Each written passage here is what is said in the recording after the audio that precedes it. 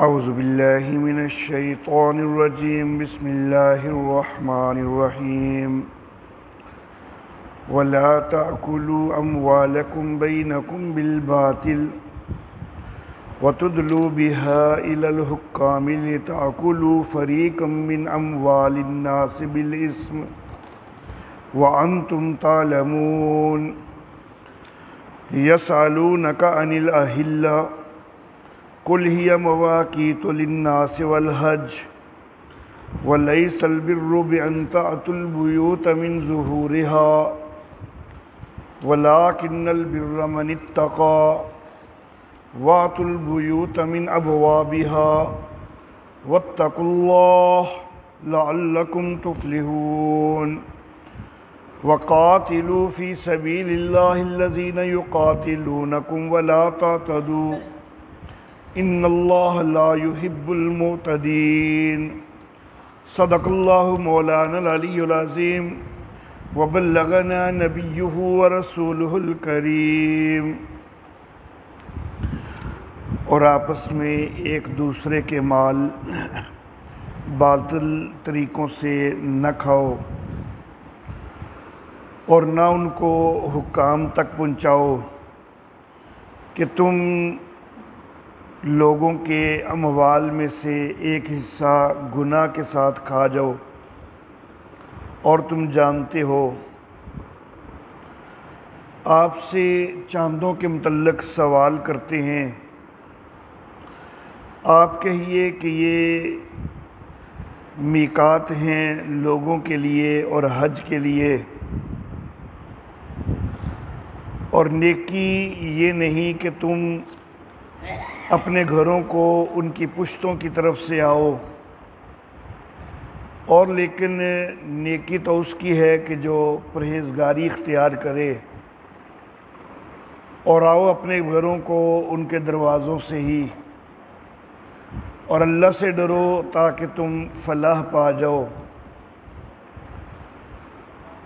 اور اللہ کی راہ میں لڑو ان لوگوں سے کہ جو تم سے لڑتے ہیں، اور حد سے نہ بڑھو، بے شک اللہ حد سے بڑھنے والوں کو پسند نہیں کرتا۔ محترم احباب، سورت کے دوسرے حصہ میں میں نے گزارش کی تھی کہ 7 متفرق چیزیں متفرق مقامات پر آ رہی ہیں۔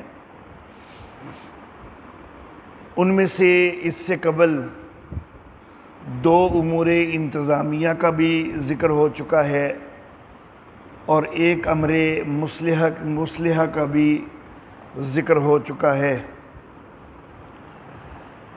اب یہ جو آیت نمبر 188 ہے، اس کے اندر ایک تیسرے امر انتظامی کا تذکرہ ہے۔ اللہ فرماتے ہیں کہ لوگوں کے مال آپس میں ایک دوسرے کے مال باطل طریقوں سے نہ کھاؤ۔ شریعت اسلامیہ نے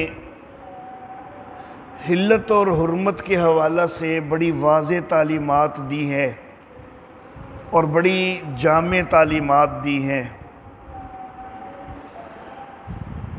شریعت اسلامیہ میں صرف یہی نہیں ہے کہ فلاں چیز کھانے کے لیے حلال ہے اور فلاں حرام ہے، بلکہ حلت اور حرمت کا تصور اس سے بہت زیادہ وسیع ہے۔ اس کا تعلق انسان کے عقائد و نظریات سے بھی ہے کہ شرعی طور پر کیا کیا عقائد رکھنے حلال ہیں، جائز ہیں، اور کیا عقائد رکھنے جائز نہیں ہیں، حلال نہیں ہیں۔ اس کا تعلق انسان کی اخلاقیات سے بھی ہے، لوگوں کے ساتھ کیسا رویہ رکھنا جائز ہے، کیسا رویہ رکھنا جائز نہیں ہے، لوگوں کے ساتھ کس طرح کا نباہ حلال ہے اور کس طرح کا نباہ کرنا حرام ہے۔ اس کا تعلق انسان کی معاشرتی زندگی سے بھی ہے کہ معاشرتی زندگی میں کس کے ساتھ کس انداز میں تعلق رکھنا جائز ہے اور کس انداز میں تعلق رکھنا جائز نہیں۔ اس کا تعلق انسان کی معیشت اور اقتصادیات سے بھی ہے کہ کس طرح سے آمدن حاصل کرنا جائز ہے، کس طرح سے جائز نہیں۔ یہاں پر بھی اسی چیز کا معیشت کے حوالہ سے تذکرہ ہو رہا ہے کہ لوگوں کے مال آپس میں باطل طریقے سے نہیں کھانے، معیشت کے صرف جو حلال ذرائع ہیں وہ استعمال کرنے ہیں، حرام ذرائع استعمال نہیں کرنے، چوری نہیں کرنی، ڈکیتی نہیں کرنی، یہ حرام ذرائع ہیں، ان سے لوگوں کا مال باطل طریقوں سے کھایا جاتا ہے۔ رشوت نہیں لینی، سود نہیں لینا، جوا نہیں کھیلنا، یہ سارے باطل طریقے ہیں، باطل ذرائع آمدن ہیں۔ تجارت کے اندر ڈنڈی نہیں مارنی، ماپ تول کے اندر کمی نہیں کرنی، اس سے حاصل ہونے والا فائدہ نفع وہ بھی باطل طریقے سے لوگوں کا مال کھانا ہے۔ تو بہرحال حلال و حرام کا بڑا وسیع تصور ہے اسلام میں۔ پھر حلال آمدن سے جو چیزیں انسان نے خریدنی ہے، استعمال کرنی ہے، تو وہ بھی وہی خرید سکتا ہے، استعمال کر سکتا ہے کہ جو حلال ہیں شریعت کی روح سے، حرام کا استعمال نہیں کر سکتا۔ پھر حلال چیز کو آگے استعمال کرنے کا طریقہ بھی حلال ہونا چاہیے۔ مال حلال کے ذریعے آیا ہے تو مال کو خرچ کرنا ہے تو وہ بھی حلال جگہ پر خرچ کرنا ہے، حرام جگہ پر خرچ نہیں کرنا۔ اور اسی کی ایک صورت کہ حکام تک رشوت کے طور پر مال پہنچانا، تو یہ حرام مقام پر مال خرچ کرنا ہے۔ رشوت لینا بھی حرام ہے، رشوت دینا بھی حرام ہے۔ رشوت دینے سے عموماً مقصود یہ ہوتا ہے کہ کسی دوسرے کا حق غصب کر لیا جائے، کسی دوسرے کی کوئی زمین ہے، جائیداد ہے، بندہ ظالمانہ طور پر اپنے نام لگوانا چاہ رہا ہے، اس کے لیے کسی نہ کسی کو رشوت دے دیتا ہے اور رشوت دے کے تو اس سے کاغذات بنوا لیتا ہے نقلی، جھوٹے اور جعلی۔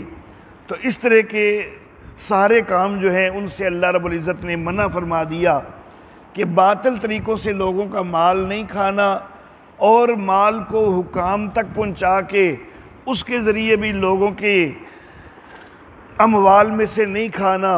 وَأَنْتُمْ تَعْلَمُونَ، جبکہ تم جانتے ہو۔ تو یہ تیسرا امر انتظامی اللہ رب العزت نے ذکر فرمایا۔ اس کے بعد اللہ رب العزت ایک بات ارشاد فرماتے ہیں کہ یسألونک عن الأہلہ، اے نبی آپ سے چاندوں کے متعلق سوال کرتے ہیں۔ چاندوں کے متعلق اس سوال کی نوعیت یا تو یہ تھی کہ یہ چاند کبھی چھوٹا ہوتا ہے، کبھی بڑا ہوتا ہے، کبھی پھر بالکل غائب ہو جاتا ہے، تو اس کی کیا حقیقت ہے، یہ کیوں چھوٹا ہوتا ہے، کیوں بڑا ہوتا ہے۔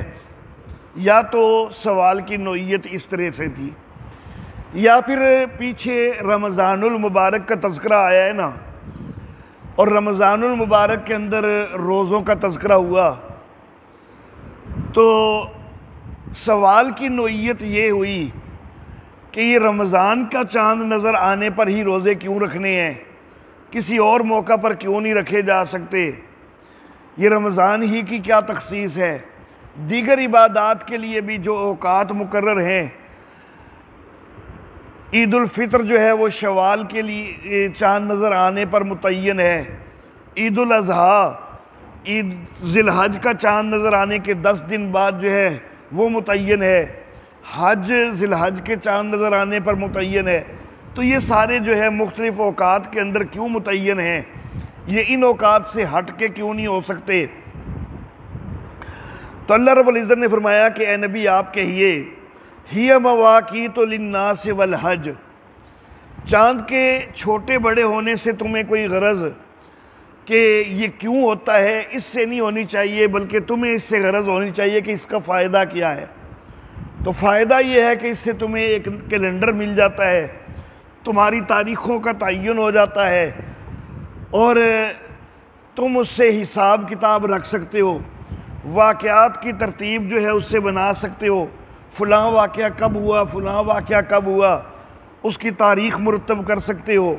تو یہ تمہارے لیے مواقیت بنائے گئے ہیں۔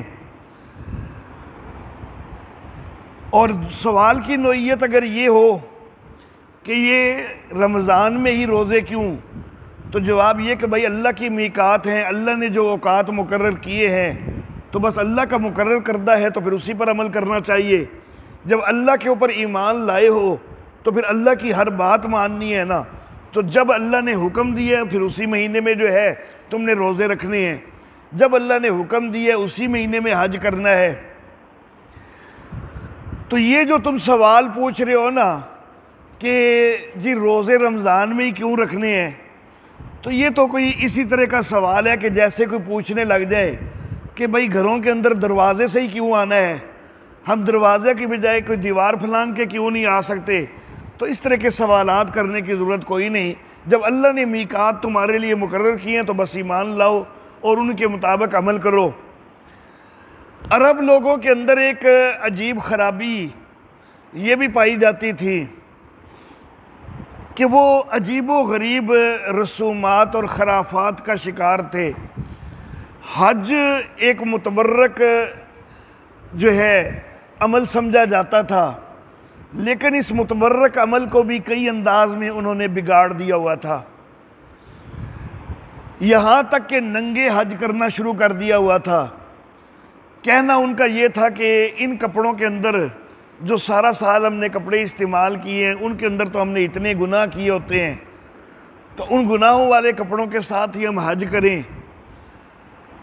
احرام باندھو تو بھائی احرام ہم نے حرام کمائی کے جو ہے وہ کمائی ہوئی ہے تو اس سے جو ہے وہ احرام کی چادر لیں گے تو اس میں حج کریں گے۔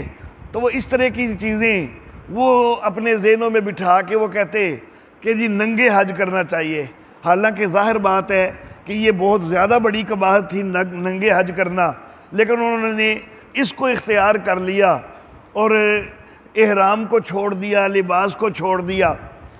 اسی طرح کی ان کے اندر ایک بات یہ بھی پائی جاتی تھی کہ سارا سال ہم جن دروازوں سے گھروں میں داخل ہوتے ہیں تو ہم بڑے گناہ گار ہیں، ان دروازوں سے ہم گناہ کی حالت میں داخل ہوتے رہے ہیں۔